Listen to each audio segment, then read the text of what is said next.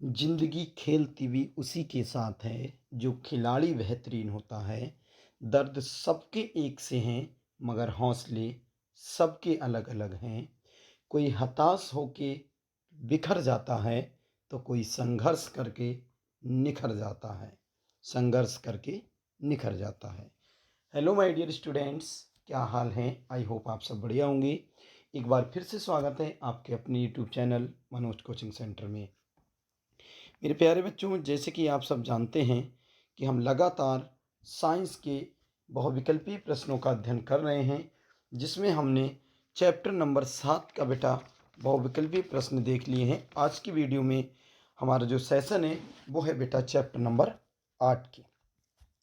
आज की वीडियो में हम चैप्टर नंबर 8 के बहुविकल्पीय प्रश्नों का अध्ययन करेंगे, जो बेटा आपके बोर्ड एग्जाम में 20 आएंगे। बेटा कक्षा 10 में प्रत्येक सब्जेक्ट में 20 बहुविकल्पीय प्रश्न हैं, जिसका जवाब आपको किस पे देना होगा? OMR सीट पर। ये आप सभी जानते हैं बहुत भली भांति रूप से। तो बेटा हम लगातार चैप्टर वाइज अध्ययन कर रहे हैं। आज की वीडियो में हम चैप्टर नंबर 8 आनुवंशिकता के विषय में अध्ययन करेंगे। तो चलिए मेरे प्यारे बच्चों, बिना देर किए शुरू करते हैं आज की वीडियो।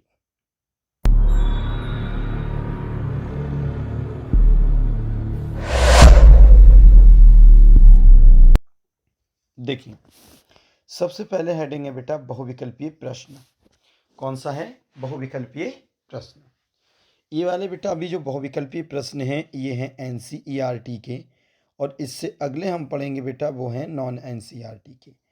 जो विद्यार्थी वीडियो को कंटिन्यूस लगातार देख रहा है उसे समझ में आता होगा कि NCERT और नॉन NCERT का मतलब क्या है। पहले हम किसी भी चैप्टर के जो NCERT प्रश्न होते हैं उनका अध्ययन करते हैं, देन उसके बाद हम किसका बेटा? नॉन NCERT प्रश्न का। तो चलिए पहले NCERT को देख लेते हैं, फिर नॉन NCERT को। निर्देश है बेटा, निम्नलिखित प्रश्नों के 4 वैकल्पिक उत्तर दिए गए हैं, सही विकल्प चुनकर लिखिए। ये तो आप जानते ही हैं कि प्रत्येक प्रश्न के 4 ही ऑप्शन होते हैं। चलिए पहला प्रश्न देखते हैं बेटा। एक द्विसंकर का दर्श प्रारूप होता है। एक द्विसंकर का दर्श प्रारूप होता है। क्या होता है बेटा? आप देखिए 2018 में आया हुआ बेटा ये प्रश्न है, मोस्ट इंपॉर्टेंट है, ये ध्यान रखना। तो ऑप्शन ए है 1:2:1, ऑप्शन बी है 2:1:1:1:2, और ऑप्शन सी है 9:3:3:1, ऑप्शन नंबर डी है 3:1।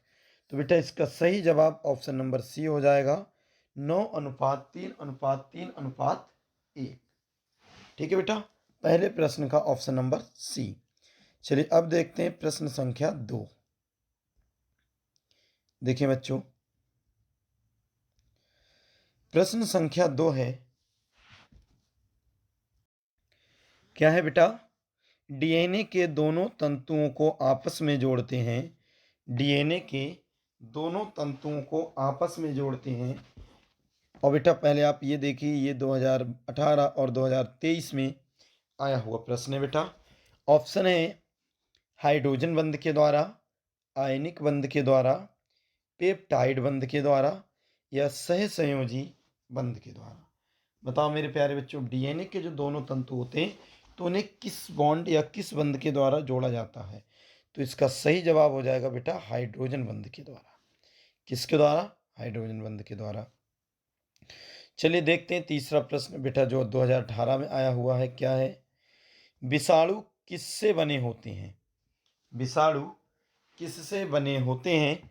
ऑप्शन नंबर ए है न्यूक्लिक अम्ल से, ऑप्शन बी है बसीय अम्ल तथा प्रोटीन से, ऑप्शन नंबर सी है न्यूक्लियो प्रोटीन से, ऑप्शन नंबर डी है एमिनो अम्ल तथा ग्लिसरॉल से।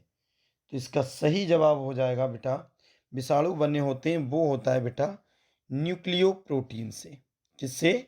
न्यूक्लियो प्रोटीन से। चलिए देखते हैं बेटा प्रश्न संख्या 4। देखें, प्रश्न संख्या 4 है बच्चों। पहले तो आप ये देखिए 2013 में आया हुआ प्रश्न है। एक बात ध्यान से सुनिए बेटा, जो प्रश्न आए हुए होते हैं उनकी रिपीट होने की संभावना बहुत ज़्यादा होती है। इसीलिए आप थोड़ा मेहनत से पढ़ें। जो आए हुए प्रश्न हैं वो तो मैं सभी करा ही रहा हूँ, जो नहीं आए हुए हैं वो भी मैं करा रहा हूँ। तो यदि आप एक तरफ से वीडियो को देखते हैं, प्लेलिस्ट में जाकर देखिए बेटा वीडियो को। कोई भी वीडियो मत छोड़िएगा। आप यकीन मानिए आपके किसी भी सब्जेक्ट में ऑब्जेक्टिव एक भी गलत नहीं होगा। ठीक है? तो ध्यान रखिए इस चीज़ का बेटा।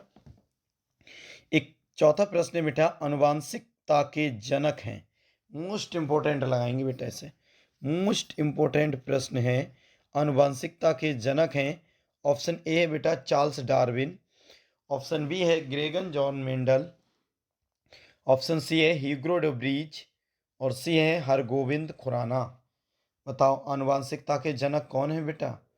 तो इसका सही जवाब है ग्रेगर जॉन मेंडल। याद रखना ये कभी कभी बेटा मेंडल के नाम से केवल इतना आ जाएगा, मेंडल। ठीक है? तो आनुवांशिकता के पिता, आनुवांशिकता के जनक कौन है? ग्रेगर जॉन मेंडल इनका पूरा नाम, वैसे मेंडल भी कहते हैं। ठीक है मेरे प्यारे बच्चों, अब देखते हैं प्रश्न संख्या 5। प्रश्न 5 है, ये भी देखिए आप 2013 में आया हुआ प्रश्न है। क्या है? विपरीत लक्षणों के जोड़ों को कहते हैं।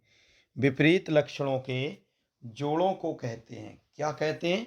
ऑप्शन ए है बेटा युग्म विकल्पी या एलिलोमार्फ, बी है बेटा निर्धारक, सी है समयुग्मजी और डी है समरूप। बताओ विपरीत लक्षणों के जोड़ों को क्या कहते हैं?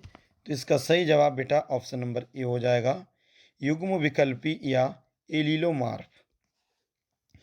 प्रश्न 6 है जो 2014 में आया हुआ प्रश्न है बेटा। क्या है? पृथक्करण का नियम किसने प्रस्तुत किया? पृथक्करण का नियम किसने प्रस्तुत किया? ऑप्शन नंबर ए है बेटा लैमार्क ने, बी है डार्विन ने, सी है ह्यूगो डे व्रीज ने और डी है मेंडल ने। तो मैं आपको बता दूं बेटा, मेंडल ने 3 नियम दिए थे। कौन से? प्रभाविता का नियम, स्वतंत्र अपव्यूहन का नियम और पृथक्करण का नियम। तो बेटा ये पृथक्करण का नियम है, ये भी किसका है? मेंडल का। तो इसका मतलब ऑप्शन नंबर डी बिल्कुल ठीक हो जाएगा। ठीक है बेटा, चलिए बढ़ते हैं प्रश्न संख्या 7 की तरफ। प्रश्न संख्या 7 है बच्चों, पुष्प में लाल रंग प्रभावी लक्षण है, इसका विपरीत या तुलनात्मक लक्षण क्या बनेगा या क्या होगा? पुष्प में लाल रंग प्रभावी लक्षण है या लक्षण प्रभावी है, इसका विपरीत या तुलनात्मक लक्षण क्या बनेगा? बेटा 2015 में आया हुआ प्रश्न है। तो ऑप्शन ए है बौना पौधा, गोल बीज, सफ़ेद पुष्प या हरे बीज। तो मुझे एक बात बताओ, जब रंग किसका पूछा गया है तो रंग पूछा गया है पुष्प का। किसका बेटा? पुष्प का। तो लाल रंग का पुष्प वो प्रभावी है, तो किससे तुलना करेगा? क्या वो पौधे से करेगा? नहीं। बीज से करेगा? नहीं। बीज से करेगा? नहीं। किससे करेगा? सफ़ेद पुष्प से। अरे बेटा जब पुष्प का पूछा गया है तो पुष्प से ही तो तुलना करेगा, पौधे से या बीज से थोड़ी नहीं कर लेगा। ठीक है, देखें 8वां प्रश्न 2011 में आया बेटा, ध्यान से समझें। मेंडल ने आनुवांशिकता का प्रयोग किस पौधे पर किया? मोस्ट इंपॉर्टेंट, आने के बेटा 100% चांस है इसके। क्या है? मेंडल ने आनुवांशिकता का प्रयोग किस पौधे पर किया? ऑप्शन ए है गुड़हल, बी है गेंदा, सी है गुलाब और डी है मटर। तो बिल्कुल एक ही बार में याद हो जाएगा बेटा, मटर के पौधे पर। मेंडल ने किसके पौधे पर प्रयोग किया था बेटा? मटर के पौधे पर। चलिए बेटा देखते हैं प्रश्न संख्या 9। देखिए बेटा प्रश्न संख्या 9 है, मटर में शुद्ध लंबे एवं शुद्ध बौने पौधे में संकरण कराया जाता है तथा पीढ़ी में लंबे मटर के पौधे प्राप्त होते हैं। द्वितीय पीढ़ी में प्राप्त पौधे कैसे होंगे? बेटा 2017 में आया हुआ प्रश्न है। मटर के शुद्ध लंबे शुद्ध बौने पौधों में अगर संकरण कराया जाए तो प्रथम पीढ़ी में कैसे हो रहे हैं बेटा? लंबे हो रहे हैं। तो दूसरी पीढ़ी में कैसे होंगे ये बताना है। तो ऑप्शन नंबर ए है बेटा शुद्ध लंबे शुद्ध बौने संकर लंबे, ऑप्शन डी है शुद्ध लंबे संकर लंबे या शुद्ध बौने। ये बेटा बताओ इसका सही जवाब क्या होगा? पहली पीढ़ी में तो लंबे हो रहे हैं तो मैं आपको बता दूं बेटा, 90 का सही ऑप्शन हो जाएगा डी, शुद्ध लंबे, संकर लंबे और शुद्ध बौने। ठीक है, ध्यान रखें। प्रश्न संख्या 10 है, जो 2011 में आया प्रश्न है। क्या है? जीन पाए जाते हैं किसमें? ऑप्शन ए है बेटा कोशिका में, बी है केंद्रक में, सी है माइटोकॉन्ड्रिया में और डी है गुणसूत्रों में। बताओ, जीन पाए जाते हैं किसमें? कोशिका में, केंद्रक में, माइटोकॉन्ड्रिया में या गुणसूत्र में? तो बेटा इसका सही जवाब हो जाएगा ऑप्शन नंबर डी, गुणसूत्रों में। किसमें? गुणसूत्रों में। ठीक है, चलिए बढ़ते हैं प्रश्न संख्या 11 की तरफ। प्रश्न संख्या 11 है मेरे बच्चों, जो 2020 में आया हुआ प्रश्न है। क्या है? मेंडल के अनुसार मटर के बौने पौधे का जीन प्रारूप क्या होता है? मेंडल ने बौने पौधे का जीन प्रारूप क्या बताया था? तो ऑप्शन ए है डबल बड़े टी या डबल कैपिटल टी, बी है बेटा एक कैपिटल एक स्मॉल टी, सी है दोनों स्मॉल टी और डी है एक स्मॉल एक कैपिटल टी। तो बताओ बेटा, तो इसका सही जवाब ऑप्शन नंबर सी हो जाएगा। बेटा जब भी मेंडल के अनुसार बौने पौधे का पूछे जीन, तो आप दोनों टी छोटी बनाएंगे और बड़े का पूछे तो दोनों टी बड़ी बनाएंगे। ठीक है, चलिए 12वां प्रश्न जो कि 2022 में आया हुआ प्रश्न है बेटा। क्या है? मेंडल के अनुसार मटर के शुद्ध लंबे पौधे का जीन प्रारूप क्या होता है? देखो अभी बताया था बिल्कुल बेटा, अब कौन सा पूछ रहा है? शुद्ध लंबे। Option A double T capital, B है एक टी कैपिटल एक स्मॉल, सी है डबल टी स्मॉल और डी है एक स्मॉल टी एक कैपिटल टी। बताओ बेटा, तो इसका क्या होगा? तो सब जानते हो बेटा, अभी बताया था ऊपर कि जब कैपिटल पूछा जाए, वो सॉरी, जब लंबा पूछा जाए बेटा तो दोनों टी कैपिटल बनाएंगे और बौना पूछा जाए तो दोनों टी स्मॉल बनाएंगे। ठीक है, देखते हैं 13वां प्रश्न बच्चों, जो 2023 में आया प्रश्न था इसी वर्ष। मेंडल ने किस पौधे पर संकरण प्रयोग किया? मेंडल ने किस पौधे पर संकरण प्रयोग किया? ऑप्शन ए है बेटा गार्डन पी, बी है जंगली पी, सी है चिक पी और डी है इनमें से कोई नहीं। तो बेटा इसका सही जवाब है गार्डन पी। गार्डन पी माने मटर, घबराओ मत, ये मटर ही है, लेकिन ये ध्यान रखना कौन सी मटर? तो गार्डन मटर, यानी गार्डन पी मतलब गार्डन मटर। चलिए 14वां प्रश्न देखते हैं बच्चों, ये इंपॉर्टेंट प्रश्न था, गड़बड़ मत कर देना फिर सोचो मटर तो 2 बार आ गए इसमें। 14वां प्रश्न, मेंडल निम्न में से किसके प्रतिपादन के लिए प्रसिद्ध हैं? और ये 2023 में आया प्रश्न है बेटा। मेंडल किस निम्न में से किसके प्रतिपादन के लिए प्रसिद्ध हैं? ऑप्शन ए है बेटा अनुवांशिकता के नियम, बी है उपार्जित लक्षणों की वंशागति, सी है बेटा डीएनए फिंगरप्रिंटिंग तकनीक और डी है उत्परिवर्तन का सिद्धांत। तो आप सब जानते हैं, सिंपल सा जवाब है बेटा, मेंडल को लोग जानते हैं अनुवांशिकता के नियम, अनुवांशिकता के पिता के नाम से। प्रश्न 15 है, जीन्स बने होते हैं, मोस्ट इंपॉर्टेंट प्रश्न बेटा, जीन्स बने होते हैं किससे?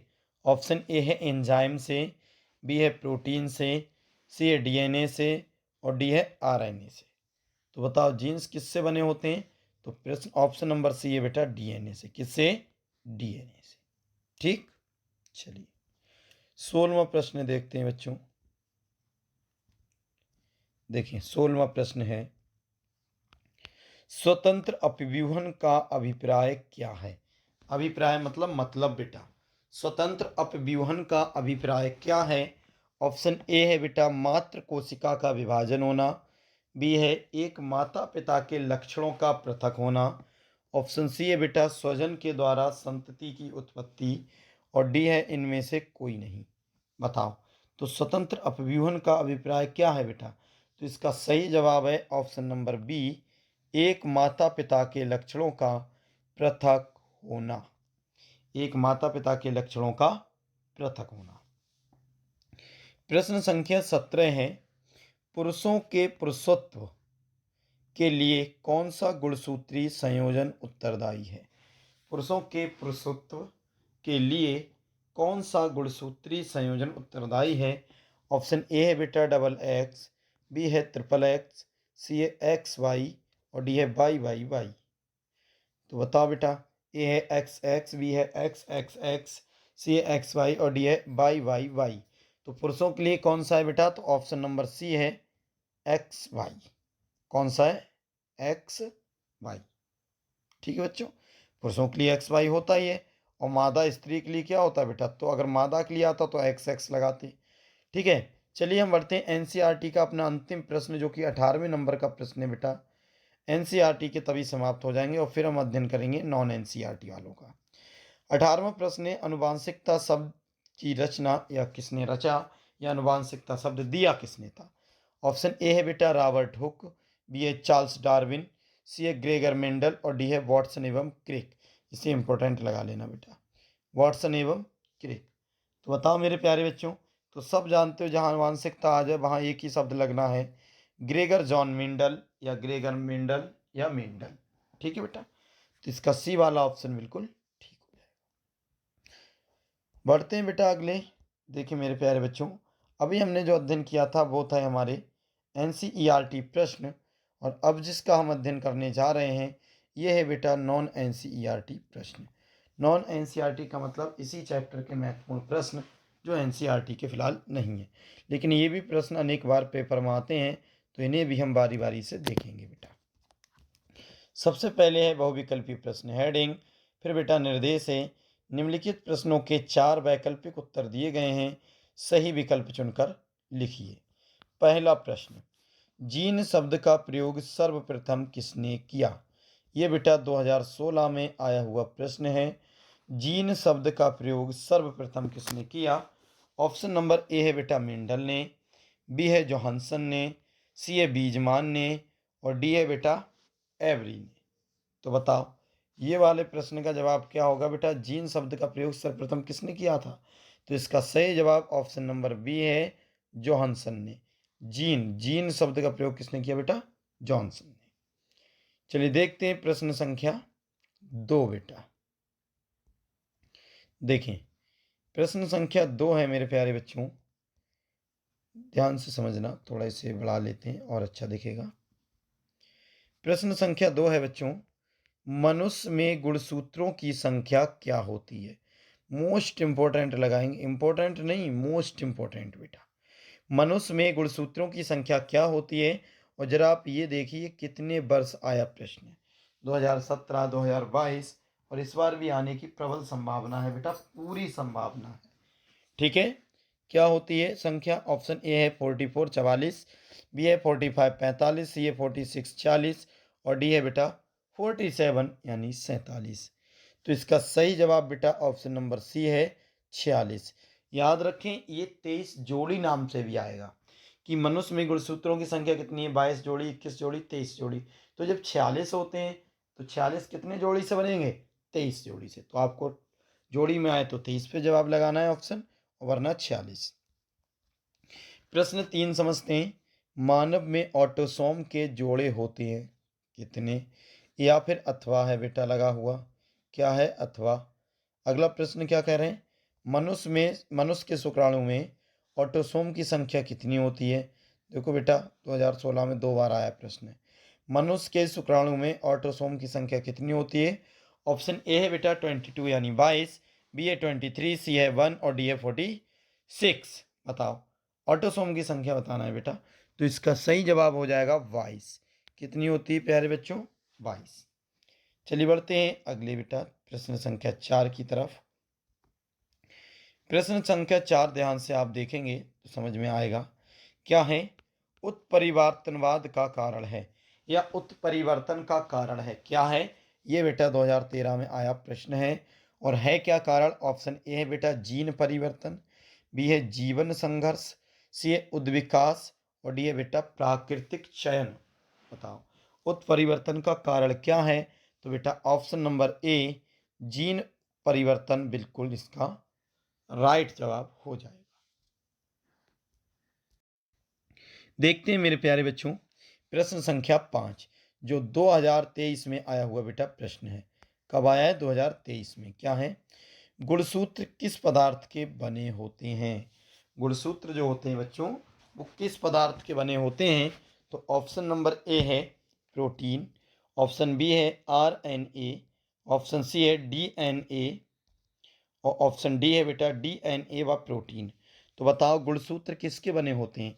तो इसका सही जवाब ऑप्शन नंबर डी है बेटा, डीएनए व प्रोटीन के बने होते हैं। चलिए प्रश्न संख्या 6 देखते हैं और इस पर आप मोस्ट इम्पोर्टेंट लगा लेना, ठीक है। 6 वाले पे क्या है, डॉक्टर हरगोविंद खुराना को नोबेल पुरस्कार दिया गया था और ये 2013 में आया प्रश्न था बेटा। डॉक्टर हरगोविंद खुराना को नोबेल पुरस्कार मिला किस सन में? ऑप्शन ए है 1970 में, बी है 1972 में, सी है 1980 में और डी है 1968 में।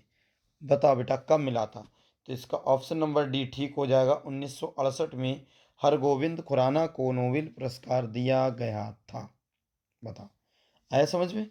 चलिए बढ़ते हैं प्रश्न संख्या 7 की तरफ। टी एच मार्गन ने अपना आनुवांशिक प्रयोग किस पर किया? बेटा 2023 में आया 13 में आया प्रश्न है। टी एच मार्गन ने कौन सा प्रयोग, आनुवांशिक प्रयोग किस पे किया था? ऑप्शन ए है बेटा घरेलू मक्खियों पर, बालू मक्खी पर, फल मक्खी पर या सीसी मक्खी पर। तो इसका सही जवाब ऑप्शन नंबर सी हो जाएगा, फल मक्खी पर। किस पर किया था? फल मक्खी पर। बताओ समझ में आ रहा है बेटा? चलिए प्रश्न 8 की तरफ बढ़ते हैं, पर 8 से बढ़ने से पहले यदि आपको बेटा ये समझ में आ रहा है तो जल्दी से चैनल को सब्सक्राइब कर दीजिए, वीडियो को लाइक कर दीजिए और कमेंट करके ज़रूर बताया करो कि कैसी लगी वीडियो। और बेटा कम से कम आपका ये फ़र्ज़ है कि अपने कम से कम 2 दोस्तों को ये अवश्य शेयर किया करें, जिससे उनका भी लाभ यानी फ़ायदा हो। ठीक है बेटा? चलिए 8वां प्रश्न देखते हैं। ये मेरे प्यारे बच्चों किस में आया? 2015 और 2017 में आया प्रश्न है। निम्नलिखित में आनुवांशिक पदार्थ है। आनुवांशिक पदार्थ इसे इंपॉर्टेंट लगा लें बेटा। ये आनुवांशिक पदार्थ बार बार आ जाता है कि निम्नलिखित में आनुवांशिक पदार्थ है क्या? तो ऑप्शन ए है बेटा गोल्जी बॉडी, बी है डीएनए, सी है राइबोसोम्स और डी है माइटोकॉन्ड्रिया। तो बताओ बच्चों, तो हमेशा याद रखना जब भी आनुवांशिक पूछा जाए आपको डीएनए ही लगाना है। DNA option number B, DNA सही जवाब। जब भी आनुवांशिक पदार्थ पूछे डीएनए लगाना है। ठीक है बेटा? देखते हैं प्रश्न 9 क्या है। केंद्रक का निर्माण होता है किस में होता है? 2016 में आया प्रश्न है बेटा। ऑप्शन ए है डीएनए से, बी है बेटा प्रोटीन से और सी है आरएनए से और डी है न्यूक्लियो प्रोटीन से। बताओ तो केंद्रक का निर्माण किस प्रकार होता है? तो बेटा आप कहेंगे न्यूक्लियो प्रोटीन से। किससे होता है? न्यूक्लियो प्रोटीन से। चलिए देखते हैं प्रश्न संख्या 10। अब देखें प्रश्न संख्या 10 है बच्चों। विज्ञान की वह शाखा जिसमें जीवाश्मों का अध्ययन किया जाता है। विज्ञान की वह शाखा जिसमें जीवाश्मों का अध्ययन किया जाता है क्या कहलाती है? ये 2020 में आया प्रश्न है, आप देख सकते हैं। और आपने एक चीज़ ध्यान दी होगी बेटा, इसमें जितने भी प्रश्न हैं सब किसी ना किसी वर्ष आए हैं। इसका मतलब कहीं छूट ना जाए एक भी। ठीक है? विज्ञान की वह शाखा जिसमें जीवाश्मों का अध्ययन किया जाता है क्या कहलाती है? ऑप्शन ए बेटा इकोलॉजी, बी है एथोलॉजी, सी है पैलेआंटोलॉजी और डी है बेटा बायोलॉजी। तो इसका जवाब आप अच्छे से जानते हैं, पैलेओंटोलॉजी जो है बेटा इसका सही जवाब। जीवाश्मों का अध्ययन है बेटा, जीवाश्मों का, पैलेओंटोलॉजी। प्रश्न है बेटा 11वां जो 2020 में आया प्रश्न है क्या है। जाइगोट की गुण जाइगो सॉरी बेटा जाइगोट में गुणसूत्रों की संख्या कितनी होती है? जाइगोट में गुणसूत्रों की संख्या कितनी होती है? ऑप्शन ए है 4x, बी है बेटा 3x, सी है 2x और डी है 1x। बताओ जाइगोट में कितने गुणसूत्र होते हैं? तो इसका सही जवाब ऑप्शन नंबर सी हो जाएगा बेटा 2x। कितने होते हैं? 2x। चलिए देखते हैं बेटा प्रश्न संख्या 12। प्रश्न संख्या 12 है मेरे प्यारे बच्चों। निम्नलिखित में से कौन सा जीन प्रारूप शुद्ध गोल बीजों को प्रकट करता है? निम्नलिखित में कौन सा जीन प्रारूप शुद्ध गोल बीजों को प्रकट करता है? और ये 2019 में और 22 में आया हुआ बेटा प्रश्न है। ऑप्शन ए है स्मॉल डबल टी, बी है कैपिटल टी स्मॉल टी, सी है बेटा option small T capital T और ऑप्शन डी है डबल कैपिटल आर। तो बताओ बेटा इसका सही जवाब। तो इसका सही जवाब ऑप्शन नंबर डी ही रहेगा। डबल कैपिटल आर जो है बेटा वो जीन प्रारूप शुद्ध गोल बीजों को प्रकट करता है। ठीक है। प्रश्न 13 जो 2015-2016 में आया प्रश्न है, क्या है? ध्यान से देखेंगे बेटा। उद्यान मटर में अप्रभावी लक्षण क्या है? उद्यान मटर में या उद्यान मटर में अप्रभावी लक्षण क्या है? ऑप्शन ए है बेटा लंबे तने, बी है झुर्रीदार बीज, सी है गोल बीज और डी है फैली हुई फली। बता बेटा, तो इनमें से कौन सा जवाब सही होगा? तो ऑप्शन नंबर बी है बेटा झुर्रीदार बीज। कौन सा?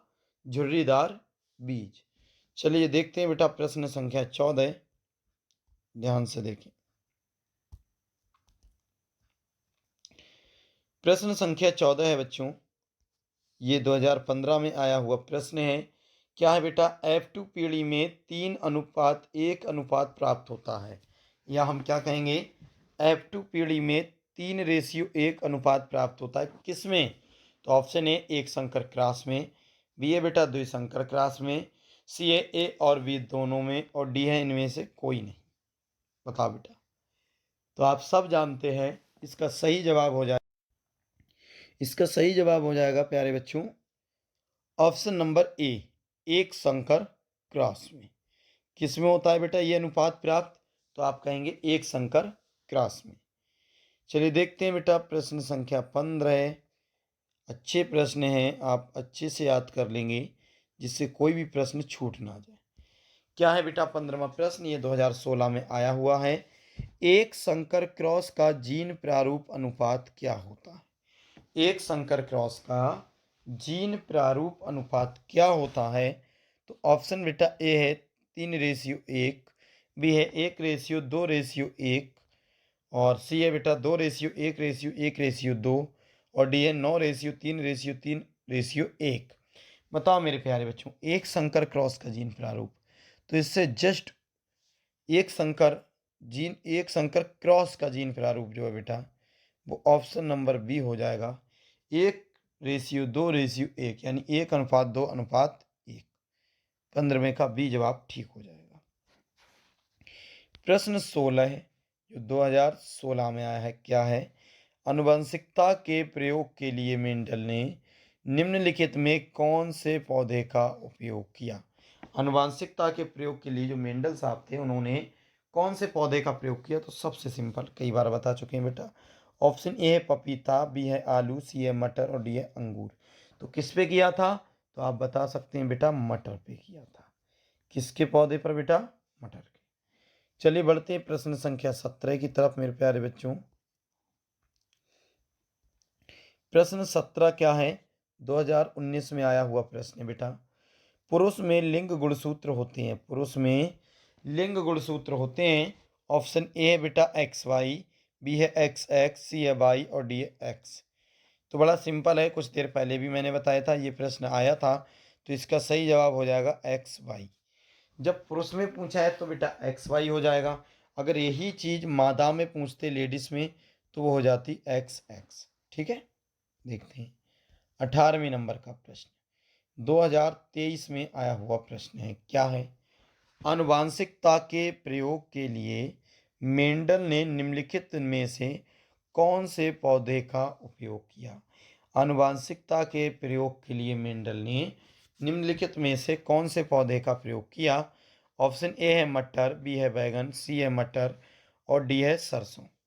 बताओ कौन से पौधे का उपयोग किया था? तो बेटा इसका सही जवाब हो जाएगा ऑप्शन नंबर सी मटर। बार बार ये आ रहा है बेटा, ध्यान रखना, मटर के पौधे पर ही प्रयोग किया था। चलिए अब देखते हैं बेटा प्रश्न संख्या 19। कौन सा? 19। क्या है देखो। मेंडल के अनुसार मटर के पौधे में निम्नलिखित में से कौन सा जीनोटाइप लंबे तने व झुर्रीदार बीजों के लक्षण को व्यक्त करेगा? मेंडल के अनुसार मटर के पौधे में निम्नलिखित में से कौन सा जीनोटाइप लंबे तने व झुर्रीदार बीजों के लक्षण को व्यक्त करेगा? और ये आप देख सकते हैं बेटा, ये जो है 2023 में आया हुआ प्रश्न है। कब आया बेटा? 2023 में। ऑप्शन क्या है? ऑप्शन ए है बेटा double T capital double T R और कैपिटल बेटा कैपिटल टी और कैपिटल आर हैं दोनों। बी है बेटा स्मॉल टी, दोनों कैपिटल आर हैं। सी है डबल टी कैपिटल और स्मॉल दोनों आर हैं। डी है बेटा चारों स्मॉल, मतलब टी भी स्मॉल और आर भी स्मॉल। तो बताओ मेरे प्यारे बच्चों, मेंडल के अनुसार मटर के पौधे में निम्नलिखित में से कौन सा जीनोटाइप लंबे तने व झुर्रीदार बीजों के लक्षण को व्यक्त करता है? तो इसका सही जवाब ऑप्शन नंबर सी हो जाएगा बेटा, डबल टी कैपिटल और डबल आर स्मॉल। बढ़ते हैं बेटा अपने वीडियो के अंतिम प्रश्न, चैप्टर के अंतिम प्रश्न 20 की तरफ। 20वां प्रश्न है बेटा जो 2023 में आया हुआ है, क्या है? मटर के लंबे पौधे डबल टी कैपिटल, शुद्ध बौने पौधे डबल टी स्मॉल के मध्य अगर क्रॉस कराने पर प्रथम पीढ़ी में या प्रथम संतति पीढ़ी में कैसे मिलेगी क्षमता? तो ऑप्शन ए है बेटा सभी लंबे पौधे होंगे, सभी बौने पौधे होंगे, आधे लंबे आधे बौने होंगे, या तीसरा डी है बेटा 3/4 लंबे और 1/4 बौने होंगे। तो बेटा मैं आपको बता दूं सभी पौधे लंबे होंगे। कैसे होंगे? सभी पौधे लंबे होंगे। कौन से क्रॉस के मध्य? तो बेटा प्रथम संतति पीढ़ी में सभी पौधे कैसे होंगे? लंबे होंगे। यह सभी लंबे पौधे। बताओ मेरे प्यारे बच्चों, ये वीडियो आपको कैसी लगी, समझ में आई या नहीं आई? अगर आई है तो इसे 2-3 बार देख लेना, जिससे कोई भी प्रश्न गलत ना हो, और कॉपी में भी इसे नोट कर लेना, जिससे याद करने में आसानी हो। ठीक है दोस्तों, मिलते हैं किसी नेक्स्ट वीडियो में। तब तक के लिए थैंक्स फॉर वॉचिंग। जय हिंद, जय भारत।